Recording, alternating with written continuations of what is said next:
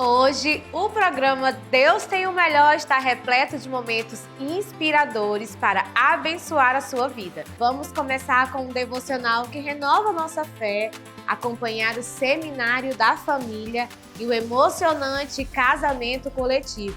E ainda descobrir os mistérios da palavra com o quadro Desvendando a Bíblia. Não para por aí, vamos conferir o retorno das atividades da Fundação Anfitrião e, claro, receber uma palavra renovada que vai nos fortalecer para esta semana. Fique conosco, porque Deus tem o melhor para você.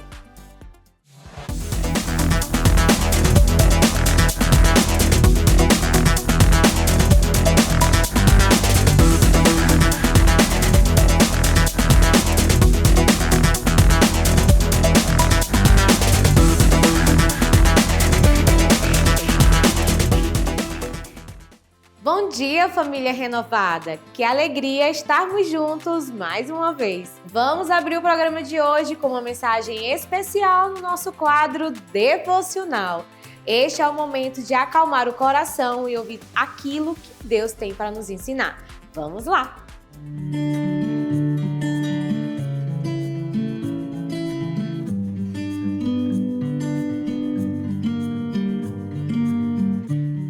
Shalom, shalom, bom dia! Hoje eu quero trazer uma palavra ao seu coração de devocional que está lá em Provérbios 4:23, que diz: acima de tudo, guarde o seu coração, porque dele procede as saídas da vida. Salomão, ele nos ensina que guardar o coração é tão importante quanto guardar qualquer coisa, porque é dele que procede as saídas da sua vida. É ele que vai determinar toda a sua caminhada de vida. E guardar o coração está relacionado com três aspectos: aquilo que você ouve, aquilo que você fala e aquilo que você vê. Por quê?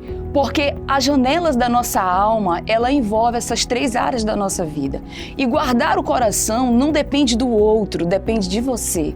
Você é responsável por guardar o seu coração. E quando Salomão, ele se refere ao coração, ele não está falando de uma parte do seu corpo que bombeia, uma parte física dos seus órgãos que bombeia todo o sangue no seu corpo. Não. Salomão aqui, ele se refere ao coração como a sede das suas emoções, a sede dos seus sentimentos. E se tem uma coisa que nós precisamos guardar, é as nossas emoções, é o nosso coração. E aquilo que entra, que você permite entrar, você é responsável e não ninguém. Então, primeiro, aquilo que você vê determina como vai estar o seu coração. Porque o que contamina também é aquilo que você vê. E o que você ouve também é muito determinante, porque dependendo daquilo que você ouve, vai ser saúde para o seu corpo ou não, vai influenciar na sua alma ou não. Quer ver um exemplo disso? Quando você para ouvir alguém que fala de uma outra pessoa, você pode perceber que você vai olhar para um outro com um olhar diferente. Por quê? Porque você ouviu fofoca, ouviu o que não era para ouvir, e isso influenciou toda a sua alma e a forma que você passou a enxergar o outro. Aquilo que você fala também é um fator determinante, porque o que contamina o homem não é o que entra, mas o que sai da nossa boca. E a gente tem que ter muito cuidado naquilo que a gente fala, seja em qualquer área ou aspecto da nossa vida, porque Salomão mesmo ensina que a vida e a morte, ela está no poder da língua. Aquele que bem a utiliza vai comer de seu fruto. Então, tão importante quanto cuidar do seu corpo, cuidar da sua aparência e cuidar de tantas outras coisas na sua vida diária, é também cuidar do seu coração. Por quê? Porque é dali que procede todas as saídas da sua vida. É dali que procede, é do nosso coração que procede as principais decisões ou as decisões mais importantes que nós tomamos no decorrer da nossa caminhada. Seja com quem caminhamos, seja com o Senhor, seja com quem quer que seja. Por isso que nós precisamos guardar no nosso coração, para que haja equilíbrio, para que a gente permaneça saudável nas nossas emoções. E quem é responsável por isso não é ninguém mais, a não ser você mesmo que é responsável de guardar o seu coração. Então, guardar o seu coração não depende do outro, não depende se o outro lhe feriu ou não, mas como você vai reagir diante de determinadas situações. Então, que essa palavra, ela venha abençoar você e que a partir de hoje você entenda que guardar o seu coração depende de você e depende daquilo que você ouve, que você fala e que você vê. Então guarde, que o Senhor te abençoe, que o Senhor te guarde, em nome de Jesus Cristo. Graça e paz. Amém.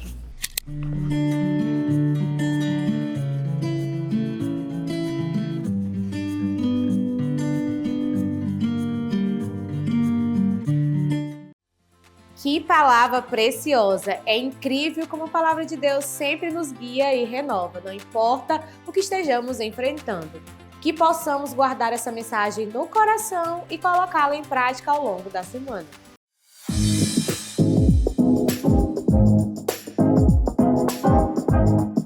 Entramos em 2025. E esse é mais um momento para estarmos juntos numa confraternização para dizer 2025, estamos chegando com tudo, num momento de muita comunhão, de muita alegria, toda a igreja junta, brincando, se alegrando, compartilhando e acreditando que este é o nosso ano de grande expansão. Confira aí.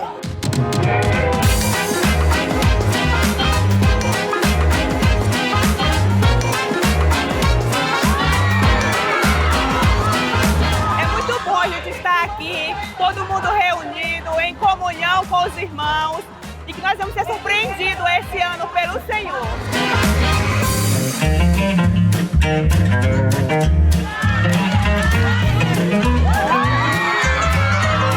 Muita descontração, muito importante, um momento assim da gente se comunicar com os nossos amigos, comunicar com os nossos irmãos em Cristo Jesus.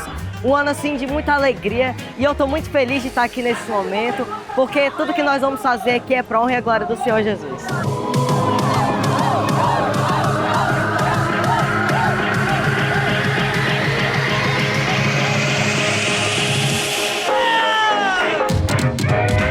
Um tempo para confraternizar, rever os amigos e passar um tempo descontraído com os nossos irmãos. É um momento para rever colegas que estavam longe do estado e coincidentemente estavam aqui, um momento para nós podermos brincar e fazer aquilo de melhor que nós crentes temos, estar em comunhão com os irmãos. Está sendo um momento muito bom, a gente está brincando, está se divertindo, cada um rindo aqui, cada equipe está rindo. Um momento de brincadeiras e conhecimento também, que a gente pode conhecer a palavra e se divertir, um momento saudável.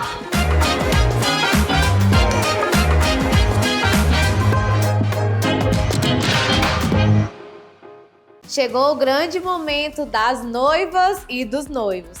Vamos acompanhar um dos eventos mais marcantes do início do ano, o Seminário de Família e o tão aguardado Casamento Coletivo. Confira com a gente.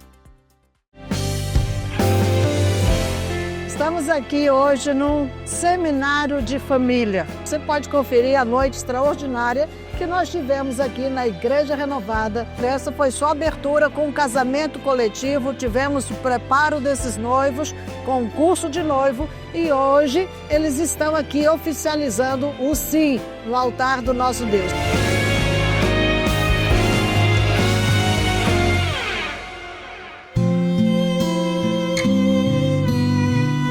Estou muito feliz por esse momento, agradecer a apóstola por ter feito uma cerimônia tão maravilhosa quanto essa. E só tenho a agradecer aos convidados que vieram e toda a igreja que participou conosco dessa linda festa, que é o nosso casamento. Estou muito feliz por esse momento, que foi tão sonhado, orado, jejuado, ofertado. Obrigada, apóstola, por esse momento. Sonhei muitos anos com ele, estar no congresso de família, participando do casamento. Estou muito, muito feliz. Estou muito grato à Igreja Renovada e agradeço muito a apóstola Deis que proporcionou essa oportunidade para nós. Já era feliz e creio que vou ser mais feliz agora com a bênção do Senhor. Hoje a palavra é gratidão. Sou muito grata à Igreja Renovada, à minha apóstola, e eu só tenho a agradecer e que o nome do Senhor seja glorificado.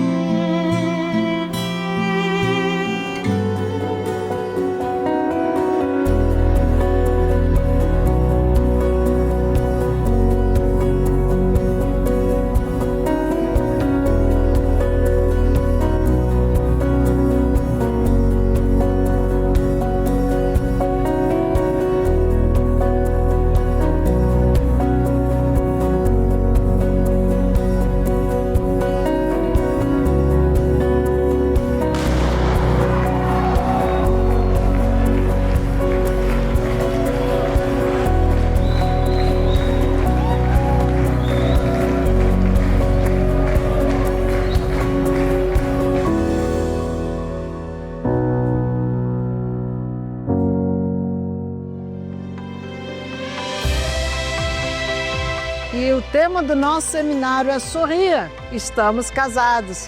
Não é uma novidade para eles saberem que estão casados, mas a novidade é vamos trazer a alegria de volta para nossa casa e estamos trabalhando esse tema porque muitos lares já não sorriem mais, já perderam a alegria e o prazer de ser família. Estamos aqui para dizer, o projeto é bom, o projeto funciona, Deus tem o melhor para a sua casa.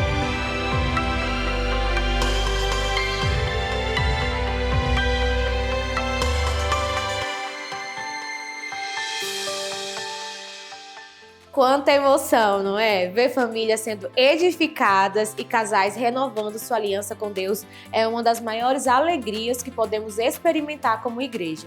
Que possamos sempre valorizar os laços que o Senhor nos dá. Este é o momento de mergulhar em um estudo profundo da palavra com o nosso querido irmão Lauro. É hora do Desvendando a Bíblia.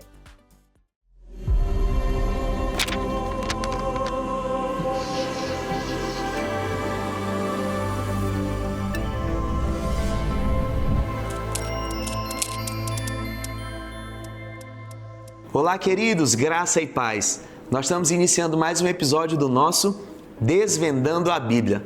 No episódio de hoje, nós vamos tratar sobre como era dividido o Antigo Testamento nos dias de Jesus, aquilo que conhecemos como a divisão do cânon judaico do Antigo Testamento. No episódio anterior, nós tratamos sobre como é feita a divisão do Antigo Testamento na teologia ocidental. Nós vimos que o Antigo Testamento é dividido entre os livros da lei, os livros históricos, os livros poéticos ou sapienciais e os livros dos profetas maiores e o livro dos profetas menores.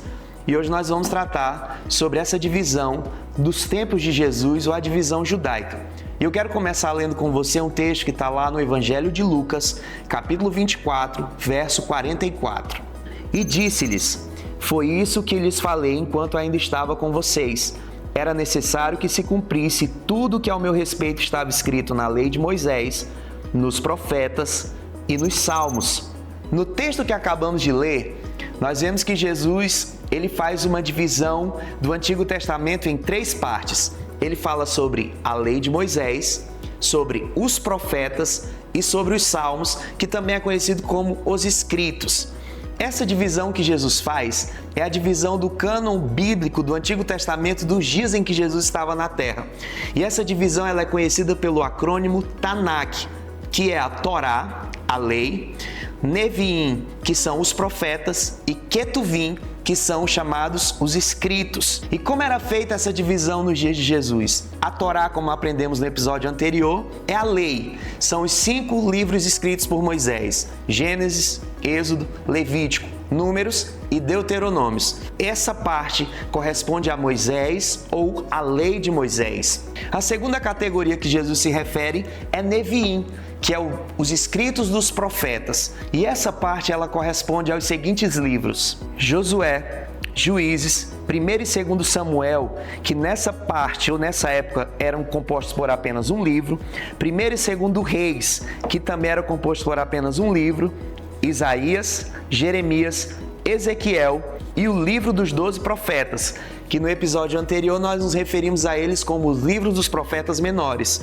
Esse é Neviim, os escritos dos profetas. E a terceira parte era conhecida como Ketuvim, que são os escritos. 1º e 2º Crônicas, que na época eram apenas um livro, o livro de Esdras, Neemias, Esther, os livros sapienciais que vimos no episódio passado, que são compostos por Jó, Salmos, Provérbios, Eclesiastes e Cantares, Lamentações de Jeremias e o livro do profeta Daniel. Essa era a divisão que nós tínhamos no cânon bíblico judaico e da Bíblia que Jesus lia quando estava aqui. A Torá, Neviim e Ketuvim, a lei de Moisés, os profetas e os escritos.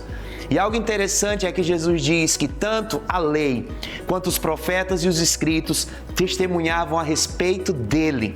Jesus ele é o tema central de toda a Bíblia. E isso começa desde Gênesis, indo até o livro do profeta Malaquias, o primeiro e último livro do Antigo Testamento. Queridos, a lei, o Velho Testamento inteiro, ele apontava para Cristo, para o Messias, o Filho de Deus. E é maravilhoso ver que os antigos escritos, eles já descreviam toda a obra que Jesus iria fazer. Isso é interessante porque no mesmo capítulo que lemos no início de Lucas 24, naquele episódio em que Jesus encontra os discípulos no caminho de Emaús, que eles vão questionando a respeito da morte do Messias, a Bíblia diz que Jesus ele começa a expor para eles, desde Moisés até os profetas. Aqui nós vemos a antiga divisão sendo citada. Jesus ele explicava para os discípulos toda a obra ou a vida que ele deveria viver, a sua obra redentora, a sua morte e a sua ressurreição. E eu quero, através desse episódio, incentivá-lo a ler e estudar o Antigo Testamento, porque desde Gênesis a Malaquias, Jesus ele já era apontado, ele já era anunciado e ele já era revelado como o Messias, o Filho de Deus, que seria enviado para a salvação do mundo.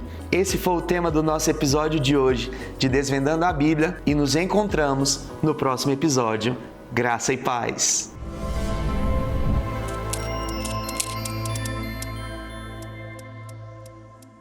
É incrível como a palavra de Deus é viva e cheia de revelações. Cada detalhe da Bíblia nos mostra o quanto somos amados pelo nosso Pai e o propósito que Ele tem para nossas vidas. E falando em propósito, que tal vermos como a Fundação Anfitrião está começando esse ano com tudo? Acompanhe agora o retorno das atividades da Fundação Anfitrião e o impacto que ela continua causando em tantas vidas.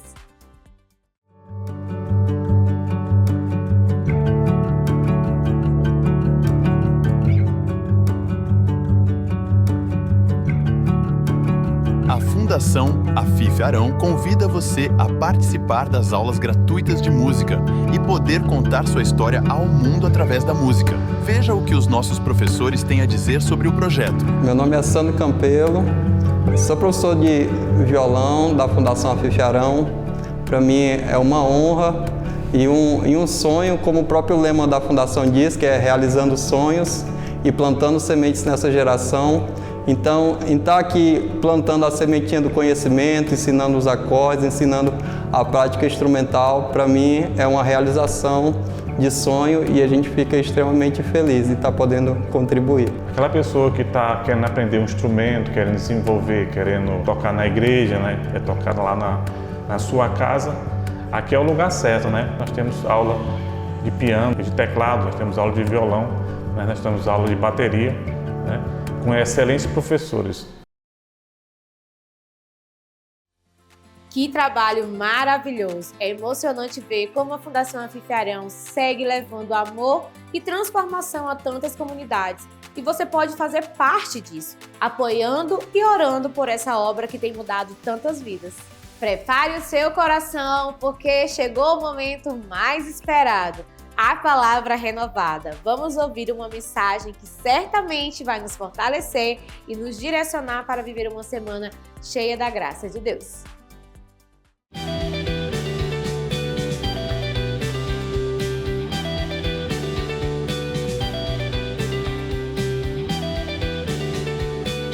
Diga, sorria, você está casado.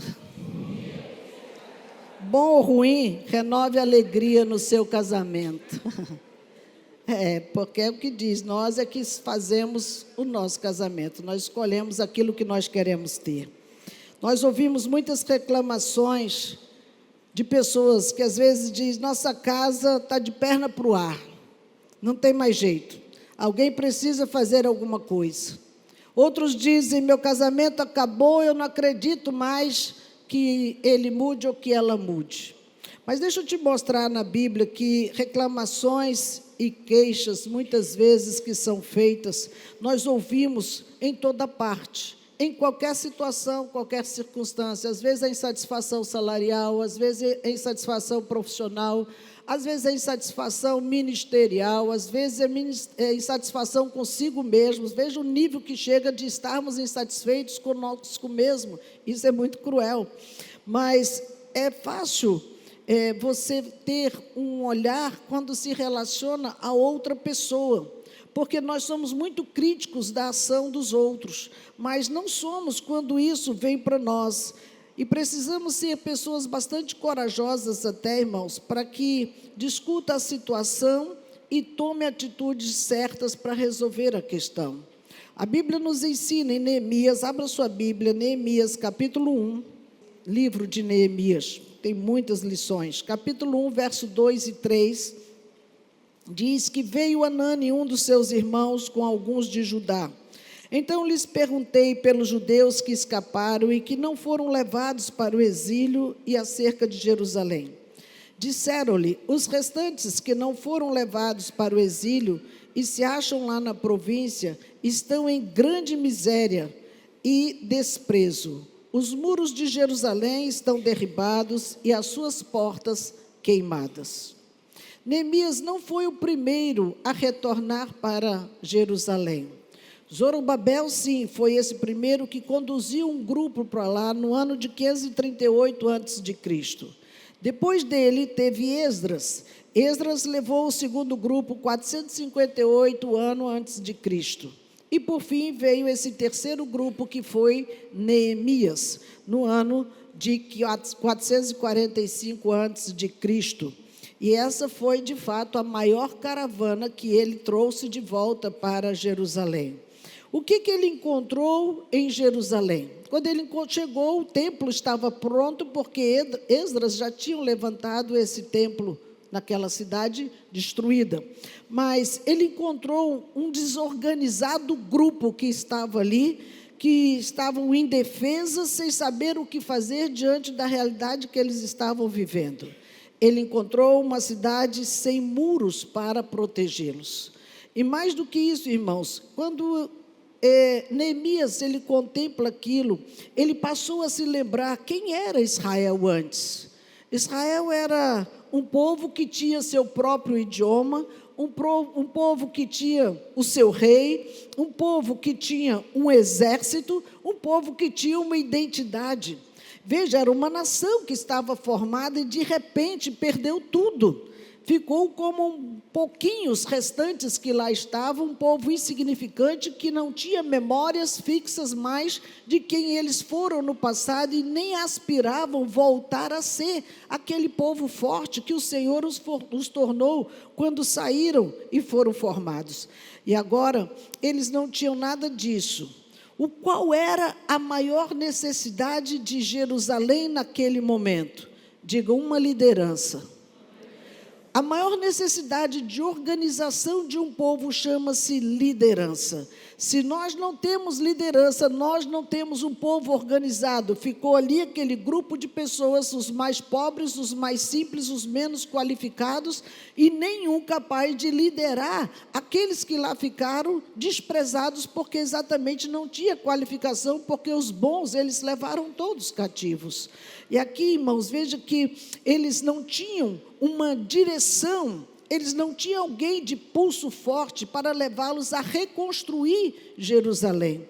Mais do que isso, as famílias estavam vivendo o mesmo drama de hoje. Não era diferente, faltava liderança. Quando falta liderança dentro de uma família, não existe limites.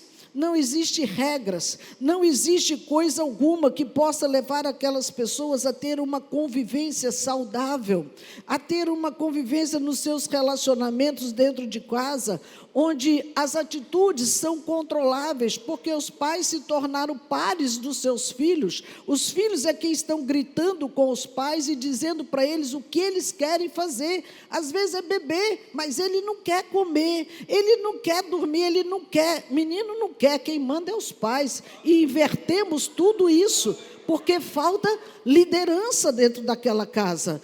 Assim como faltava liderança, ali nós vemos um monte de gritos, nós vemos um monte de desonras e desrespeito dentro das famílias, e era o que Jerusalém destruída estava vivendo. A Jerusalém destruída, irmãos, isso é cruel, porque uma nação forte, uma nação que tinha tudo, não tinha nada de repente. Não tinha sequer um líder para governá-los dentro daquele lugar. E aqui, o que nós vemos? Os muros caíram. Se não há líder, não tem proteção. não tem segurança. Aqueles muros estavam caídos e os demônios tiveram livre acesso para entrar e destruir as pessoas emocionalmente. E é o que ocorre nas casas quando não há liderança. Os espíritos opressores entram naquela casa trazendo dissensão, discórdia, desrespeito, desobediência, rebeldia. É uma soma de espíritos ruins que lançam um contra o outro para torná-los inimigos, porque essa é a obra de Satanás, destruir tudo aquilo que o Senhor fez, fazendo com que fiquem ou tornem-se famílias inseguras e medrosas. Diga misericórdia. Qual era o alvo de Neemias quando ele voltou para Jerusalém, quando soube da bagaceira que estava lá? Neemias, quando se propôs a voltar para Jerusalém, o seu alvo era levar o povo de volta às raízes. Agsa falou aqui tudo, raízes. Manter as raízes que eles plantaram para que eu fosse uma videira verdadeira. Queridos, Deus, Ele quer que a gente volte para as raízes. Ele plantou a raiz da pureza, da vida em nós, e nós deixamos ser saqueados e tornamos-nos árvores estéreis, que não somos capazes de organizar a nossa própria casa, e queremos organizar a casa do outro. Diga misericórdia. O que Neemias fez para arrumar aquela situação? A primeira coisa, ele ajudou a cuidar das necessidades físicas daquele povo. Como assim? As necessidades deles precisavam ser supridas, e isso nós entendemos bem, que as necessidades dos nossos filhos são supridas por nós que somos pais. Eles pequenos precisam ser alimentados, vestidos, orientados em todas as áreas, e isso Deus colocou para nós, para que nós cuidássemos, colocando os limites para aquela criança crescer de uma forma saudável. O Senhor nos ensinou isso, irmãos, para que não houvesse desperdícios, para que não houvesse perdas, para que a gente não fizesse as coisas erradas ou de uma forma aleatória.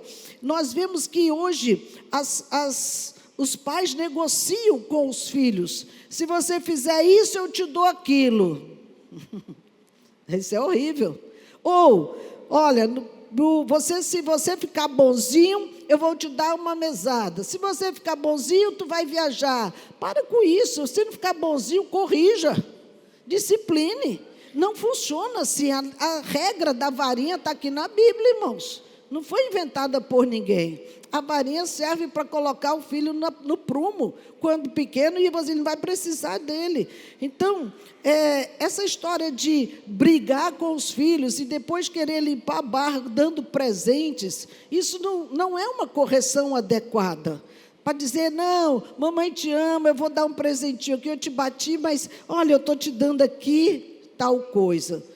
Não funciona assim. Por isso que eu disse na primeira noite, precisamos conhecer este manual. A Bíblia é um projeto completo. E se nós vivermos esse manual de família, nossa família será bem-sucedida em todas as áreas. Neemias precisou entrar para ajudá-los a suprir suas necessidades sem negociação. Houve propostas para ele largar tudo e deixar como estivesse largado, e ele se desse bem, mas ele não queria se dar bem, ele queria arrumar a casa do Senhor. Deseje arrumar a sua própria casa, deseje permitir que o Senhor ponha em ordem aquilo que está fora do controle, até dentro da família. A segunda coisa, ele estabeleceu um sistema justo de governo. Era necessário que Israel entendesse quem era a autoridade naquele lugar. Os nossos filhos precisam entender quem é a autoridade dentro da sua casa. Se tem pai, é o pai. Se tem só mãe, é a mãe. Não é porque engrossou a voz, endureceu o pescocinho, que quer mandar na mãe ou bater na mãe. Não, fique no teu lugar. O teu lugar não é mandando na mãe, ela chegou primeiro, mano, baixa crista. E precisamos compreender isso. Deus deu a ele essa orientação de governo para levar sobre eles como administrar os seus lares no meio do caos. Israel estava um caos, as portas abertas, não tinha portas, estava tudo, eles nem casa tinham, a coisa estava tão feia, que eles se preocuparam em levantar os muros e fechar as portas que os cercavam, para depois pensar em reconstruir suas próprias casas. Eles nem casas para morar tinham, para os irmãos terem noção de como estavam as coisas. Por isso que, se queremos ter casas fortes, filhos saudáveis, vamos ensinar nossos filhos, primeiro, a amar o Senhor. Primeiro, conhecer a Deus, porque se ele conhecer a Deus, amar a Deus, ele vai amar seus pais, vai amar seus irmãos, vai entender o projeto de vida de Deus. O problema é que quando ele crescer, eu levo ele para a igreja. Não, quando ele crescer, ele decide que lugar ele quer ficar. Queridos, está errado, o princípio não é esse. Nós é que precisamos ensiná-los para que ele cresça saudável, conduzindo os filhos para a casa do Senhor. Por isso, nós precisamos levar, sim, os filhos para um passeio, mas em dias de folga. Nos dias de culto, leve seu filho para receber a palavra. Tem uma equipe que se preparou e cadê a criança? Não, mas sábado é o nosso dia de lazer. Você pode ter lazer hoje, amanhã talvez não. Vai ser o dia do choro. Então, evite o choro, vindo no dia da sua folga, trazer seu filho para aprender de Deus. Irmãos, nós temos visto inúmeros casos, e nós não queremos que a sua casa seja mais uma. Nós conversávamos esse final de semana com o pastor Nelson, e a gente falava, a igreja é indesculpável, porque todas as áreas nós ensinamos vocês. Só erra porque quer. Porque nós entramos em todas as esferas de ensino, segundo o padrão bíblico. Agora, nós escolhemos o nosso padrão. Veja que Neemias, ele está trazendo lição para nós. Como nós vamos cuidar dos nossos filhos, o que nós estamos fazendo com as nossas crianças. A terceira coisa que Neemias fez, ele reconstruiu os muros de Jerusalém. E quando ele reconstruiu, irmãos, é porque ele não se conformou de ver as coisas como estavam. Ele não se conformou de ver destruído tudo ao seu redor e ele simplesmente cruzar os braços e não fazer nada. Como que você vê a casa despencando e não toma atitude? O mato entrando dentro de casa, não pega um terçado para limpar, ou contrata alguém para limpar. As coisas tudo se quebrando e não conserta nada, as luzes apagadas e não faz nada. Mano, você mora lá, você é gente, não é bicho. Precisamos olhar as necessidades. Ele viu os muros quebrados, não se conformaram e tomaram atitude, porque eu preciso proteger minha família. Levantar os muros de Jerusalém era poder trazer para eles segurança, era para trazer para eles algo que os trouxesse paz dentro daquilo que era deles. Israel estava vulnerável, irmãos, estavam perdidos e qualquer pessoa podia entrar na cidade e fazer o que bem entendesse, porque não tinha muros, não tinha portas. E agora Neemias chega para poder colocar a casa em ordem. A quarta coisa, ele cuidou das necessidades espirituais daquele povo.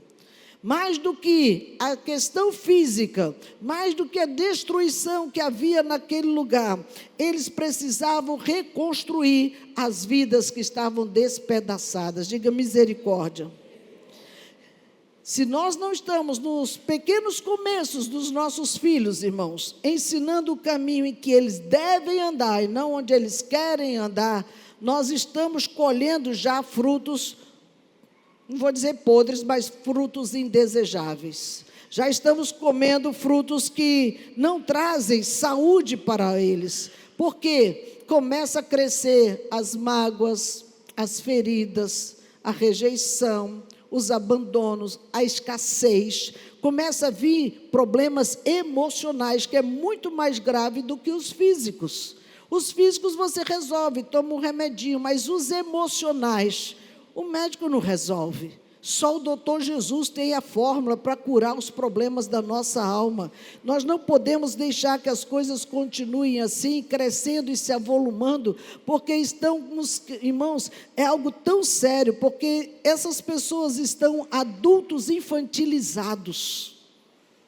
Tem tamanho, tem idade, mas emocionalmente são meninos. se ferem à toa e ferem outros com muita facilidade também. Estão todo o tempo carentes, todo o tempo desejando alguma coisa para si, como se as suas vontades estivessem enfraquecidas, não tivessem forças para seguir, não tem coragem de rebater uma palavra contrária àquela que é a sua vontade, não tem coragem de dizer um não. Eu disse para uma pessoa, mano, você tem que aprender a dizer não. Por que você tem que engolir tudo? Porque está com a sua vontade enfraquecida. Não tem essa segurança para afirmar, porque o não também é uma resposta. Nós precisamos aprender a dizer não, porque isso é uma delimitação. Você põe limite na invasão que as pessoas querem ter da sua história, obrigando você a fazer o que você não quer fazer. Se nós não queremos fazer, então diga não. Precisamos ser adultos maduros, irmãos. Para quê? Para que não sejamos cobrados por negligência no nosso ensino.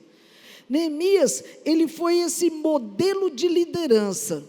Foi um modelo mesmo, porque ele estava comprometido em trazer a bênção de Deus sobre aquele povo. Mais do que qualquer coisa, ele está nos ensinando muito, muito sobre liderança.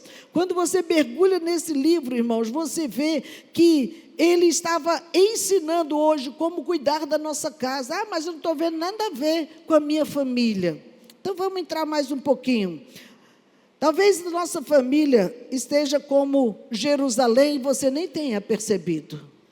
Talvez a nossa casa esteja com os muros caídos e as portas queimadas. A nossa indiferença é tão grande que nós nem estamos percebendo. É mesmo, está assim mesmo. Pare para pensar como estão os relacionamentos familiares.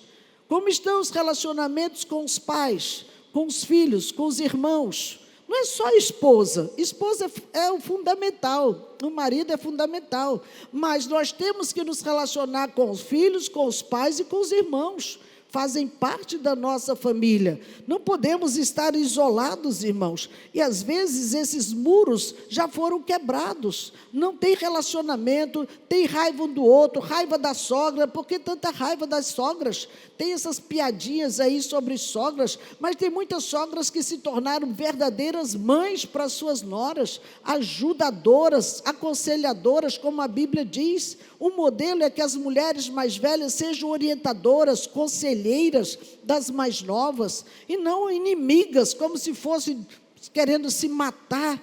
Isso é terrível.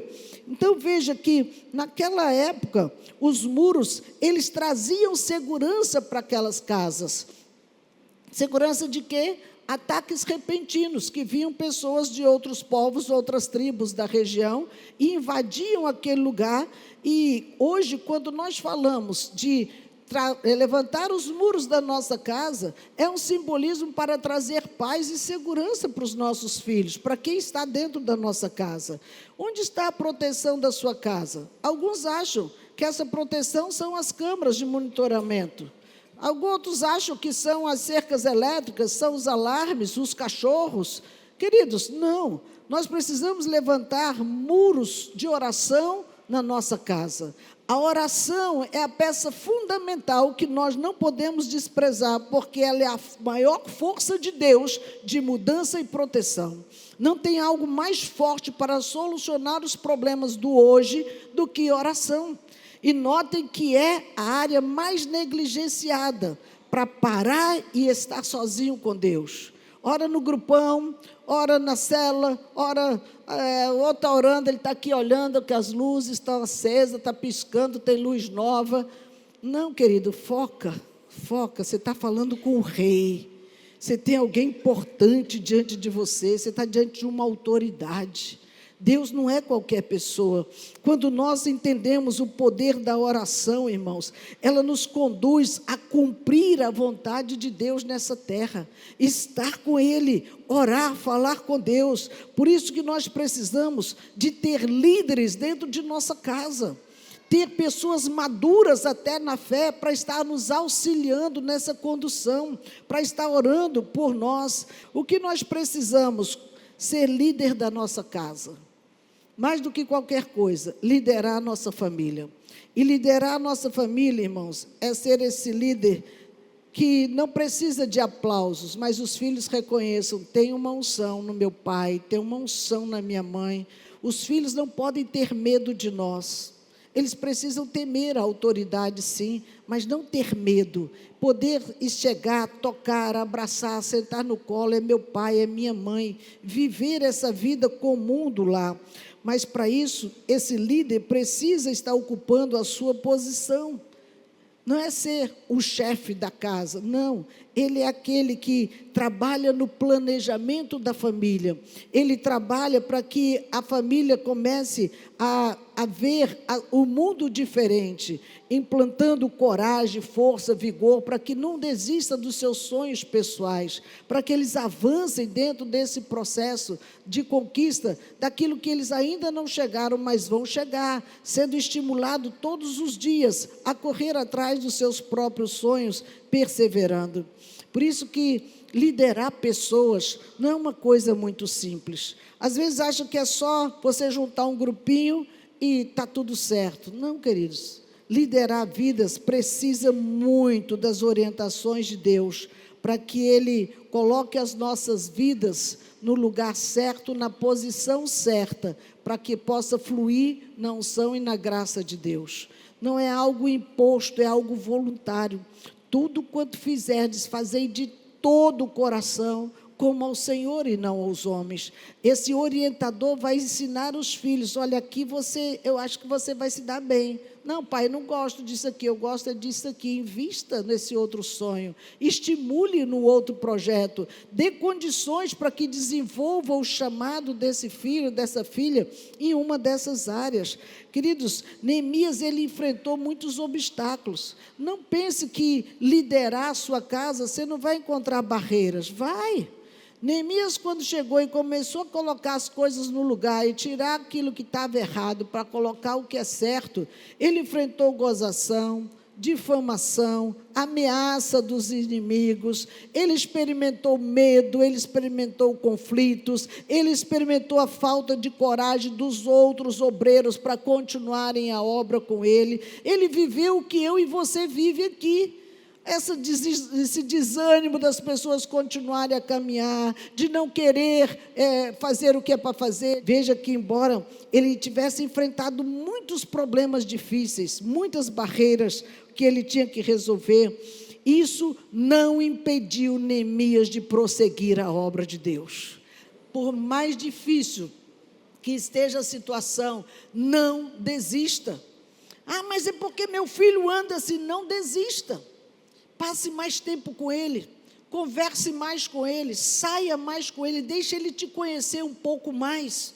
Às vezes esse distanciamento faz esse menino ser tão rebelde para chamar a atenção dos pais, porque os pais estão distantes dos filhos hoje, muito. Esse menino só vive enfurnado no quarto, então sai com ele, vai tomar um açaí por aí, vai passear com ele, conversa, trocar ideias. Irmãos, essa proximidade muda tudo. Mas nós queremos mudar as pessoas no grito: sai desse quarto, larga essa tela, desliga esse computador. E não é assim que muda pessoas, sendo um ditador dentro de casa. A Bíblia nos ensina como tratar, irmãos. Neemias, mesmo com os problemas difíceis que eu e você enfrentamos todos os dias, nada disso impediu de parar a obra. A obra de restauração da nossa casa é contínua até que Jesus venha. Ele não vai parar, o diabo vai continuar insistindo para lançar filhos contra pais e pais contra filhos, nora contra sogra, sogra contra nora. Ele quer que vire uma confusão mesmo, um pegando o outro e ninguém sendo amigo de ninguém. Nós somos o contraponto da sociedade, igreja. Se nós fazemos o jogo deles, nós somos de que reino mesmo? Dessa terra ou do reino de Deus? O reino de Deus tem uma regra que está aqui, que é muito diferente da regra desse mundo. Esse mundo pegou, levou, deu aqui, dá lá também, né? Olho por olho, dente por dente. Jesus entrou na graça e disse: amai, amai até os vossos inimigos. Mas é difícil, ele não disse que era fácil não, mas precisamos amar. Então, muitas dificuldades alcançam os casamentos hoje. Tipo, surgem conflitos, a falta de coragem de ajudar, de colaborar, a desistência. Mas deixa eu te falar algo, entenda que não existe vitória sem lutas. Diga isso, não existe vitórias sem lutas.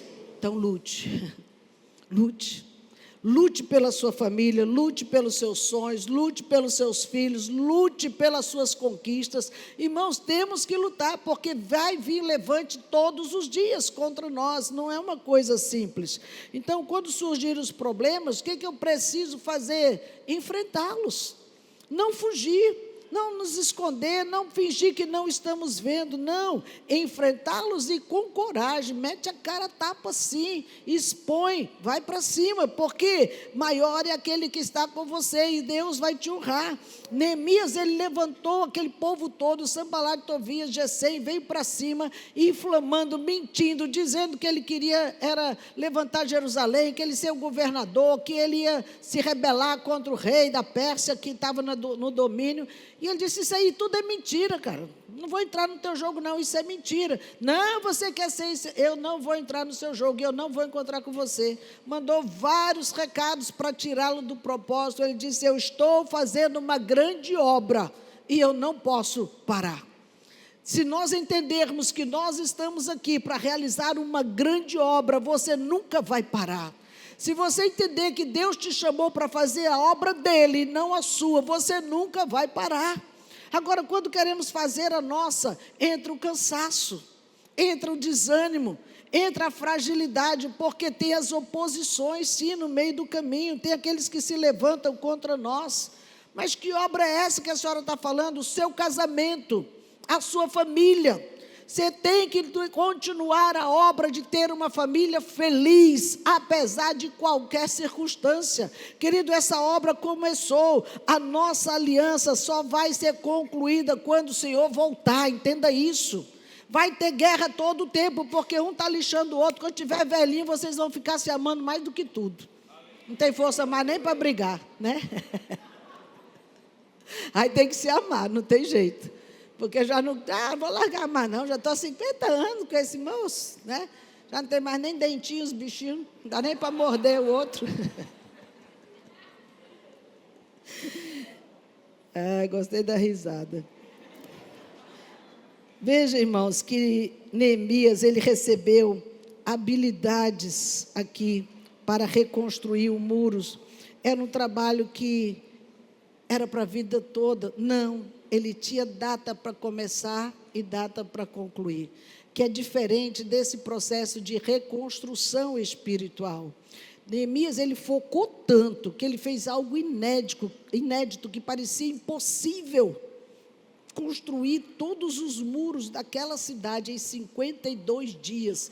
É muito foco, não é não? Deus abençoou, e quando você está focado num projeto que Deus lhe entregou, tem a visão de Deus e o projeto está nas suas mãos, Deus levanta os financiadores do seu plano. Deus levanta as pessoas, o rei deu tudo o que ele precisava para levantar aquilo ali, irmãos. Então ele já tinha as cartas, já tinha quem ia dar o material, já tinha o dinheiro para a obra. Parar por quê? Porque as vozes estão altas? Não, Deus já deu para mim e para você tudo o que nós precisamos, já nos chamou, já nos deu a visão de conquista, já nos deu o Espírito Santo, o poder e a autoridade. Parar por quê? Não tem porquê, vamos em frente, porque os financiadores serão levantados. Se a obra não tiver dinheiro, é porque aquela obra era do homem, não é de Deus. Porque aquela que Deus chama, Ele financia sim, Ele banca, irmãos. E nós precisamos reconhecer a bênção de Deus sobre nós. Neemias, ele orou, ele jejuou por vários dias. Neemias 1, de 5 a 11. Como era a oração de Neemias? Deus, esses homens estão me perseguindo, eles querem parar a obra, não tinha esse negócio de mimimi não, irmãos. Eu fico impactada como que tem meninos na fé ainda, chorando por bobagem. Neemias, irmãos, ele entendia a sua posição. A oração de Neemias, leia depois na sua casa, do versículo 5 a 11, era adoração, gratidão, arrependimento. Eles estavam entendendo que eles estavam ali em consequência das suas atitudes erradas. Então não tem que culpar Deus, não. Arruma a tua vida e pronto. Não, ele fazia as coisas específicas e assumia o compromisso diante de Deus e honrava. Porque tem muitos compromissos que são feitos até no altar e não são honrados, não estão levando a sério. Nós precisamos ter orações sinceras diante de Deus. E quando as orações vêm, irmãos, Deus responde, porque Ele entende o desejo do nosso coração, qual é a intenção daquilo. Você quer aparecer? Você quer que o meu nome seja glorificado? Você quer que o seu nome fique famoso? Qual é a intenção? Ele conhece. Ele nos conhece muito mais do que nós mesmos. Então veja que nessa hora é quando Ele vem com o seu poder e graça para até acelerar o processo. Imagine aqueles homens que estavam debaixo de ameaças, com uma mão ele segurava a arma e com a outra eles estavam fazendo a obra do muro. Não era uma coisa simples. Eles não tiravam nem a roupa quando ia dormir, porque podia vir um ataque emergencial sobre eles. Eles precisavam estar prontos para brigar. Tinha os chofás que, como já estavam longe um do outro, de se atacar aqui, toca o chofar que corre todo mundo para lá. Eles estavam todos estrategicamente posicionados para fazer aquilo que Deus mandou fazer. Por isso que eu te pergunto, o quanto você ora pelo seu casamento? O quanto você ora pelos seus filhos? O quanto você ora pela sua família? Quando pede para orar na igreja, eu oro. Eu nem lembro, Eu louvo a Deus pelo marido que Ele me deu. Todos os dias, aquele homem colocava a cara no pó e orava por mim e pelos meus filhos. Todos os dias, todos os dias, todos os dias. Eu sou fruto de uma oração de um sacerdote que zelou pela sua casa. Nós precisamos entender a importância disso, irmãos. Ter oração constante e buscar a Deus em oração por cada decisão que nós vamos tomar. Tomamos decisões aleatórias, inconsequentes e queremos a bênção de Deus. A sua oração tem poder quando você está debaixo de uma orientação de Deus. Ele endossa aquilo porque é aquilo que Ele quer que você faça. Veja, queridos, que a primeira coisa que Neemias fez quando ele foi para lá foi a oração. E a segunda coisa que ele fez, são dois pontos só essa palavra, toda que eu estou falando, andar com Deus. Ande com Deus. Esse é o segredo. Coloque em prática aquilo que você aprende nesse livro. Pare de ir nas oba-oba, nos modismos que rola por aí no meio cristão. Ande segundo o padrão da palavra de Deus, porque Deus tem uma missão que pode parecer até impossível para nós realizarmos nessa terra. Era a missão de Neemias. Ele era só um copeiro, nunca foi um trabalhador braçal, mas para ele foi possível fazer tudo o que ele fez em 52 dias. Por isso que a obra, ela foi concluída. E eu quero fechar mostrando como foi a conclusão dessa obra. Esdras, que já estava lá antes dele, que já tinha feito o templo, trouxe o livro da lei, juntou todo o povo na cidade, todo o povo, e foram ouvir a lei do Senhor. Por mais de 3 horas ele lia a lei do Senhor para o povo, e o povo chorava. E o povo chorava, o arrependimento via, que eles viram o quanto eles se distanciaram da lei de Deus, o quanto eles deixaram de cuidar disso, de zelar pela sua própria vida. E o verso 6 diz que eles olhavam, se prostravam com o rosto em terra e chorando por causa disso. E ele disse: ei, peraí, deixa eu falar uma coisa para vocês. Hoje não é dia de choro. Nós concluímos a obra. Hoje é dia de alegria. Hoje é dia de comer, sim, de beber, de se alegrar, de festejar. É dia de agradecer a Deus. Está lá no verso 10, por tudo que Ele fez. Não é hora de vocês se entristecerem, porque a alegria do Senhor é a nossa força. Nós só lembramos dessa parte do versículo, mas ele tem todo um contexto. Vocês não têm que se entristecer por coisa alguma. Nós concluímos a obra. Foi difícil, atravessamos dias terríveis, mas nós conseguimos vencer. Diga, pessoal ao seu lado: você vai vencer. Então se alegre no Senhor. A alegria do Senhor é a tua força. Nós precisamos viver isso, queridos. Fecho com 2 versículos, um que diz em Provérbios 15:15, todos os dias do aflito são maus, mas a alegria do coração é banquete contínuo. Na outra versão diz isso mais bonito: todos os dias do oprimido são infelizes, mas o coração disposto está sempre em festa. Tem coração disposto aqui? Então viva festa, viva alegria, viva sorrindo, vive fazendo o renovo chegar dentro da tua casa constantemente. O filho pródigo, quando ele saiu e que voltou para casa, o que o pai disse? Traga um novilho gordo, vamos preparar uma festa, hoje é dia de celebração, porque esse menino voltou para casa, ele estava morto. Queridos, o que Deus quer que a gente entenda, que Ele nos fez para ser pessoas felizes, pessoas livres, não essas pessoas com o senho fechado o tempo todo, carrancudo, cheio de leque na cara, de tanta cara feia que faz. Deus não nos fez para isso. Abra o teu semblante, sorria. Eu sou casado, diga isso, sorria, meu irmão. Você é casado, e se não for, vai casar. Este ano ainda, libera a palavra para ele. Você vai casar, você vai ser feliz, você vai ser pai de multidões, mãe de multidões. Quem quer casar tem que querer filho também, viu? Não é só querer casar não, tem que querer os filhos que vão estar à volta da sua mesa como o rebento da oliveira, né, pastor?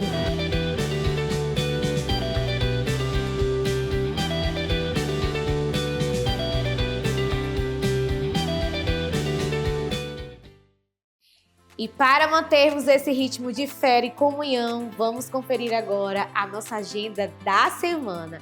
Prepare-se para não perder nenhum momento especial. Esteja conosco.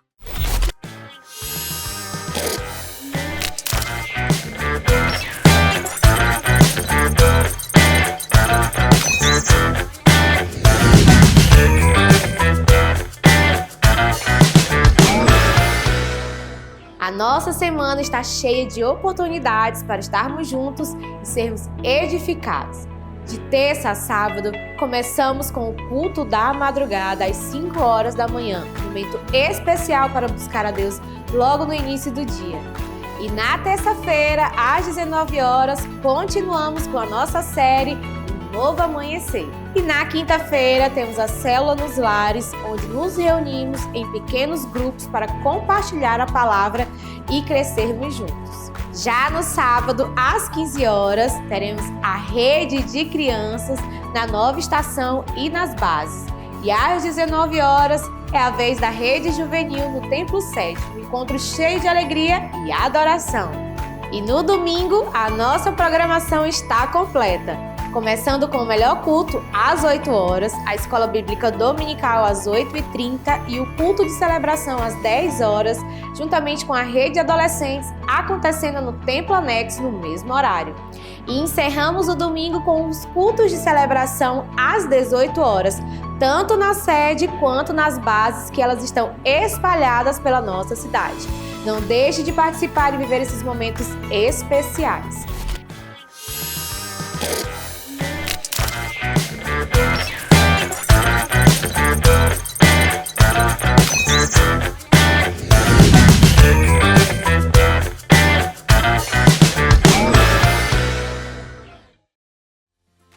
Quer acompanhar tudo o que acontece na nossa igreja? Siga as redes sociais da Igreja Renovada. Lá você encontra ministrações, devocionais e conteúdos exclusivos que edificam e inspiram. Compartilhe e leve a mensagem ainda mais longe. Você sabia que a Igreja Renovada está expandindo ainda mais para chegar até você? Nosso aplicativo é a prova de que a mensagem de Deus não tem limites. Ele conecta você com tudo o que importa, a qualquer hora e em qualquer lugar. Com o app, você acompanha nossa agenda mensal, estuda a Bíblia diretamente na palma da sua mão, envia pedidos de oração e revê as matérias do programa Deus Tem o Melhor e vídeos do nosso canal no YouTube. Inclusive, já se inscreve e ativa as notificações.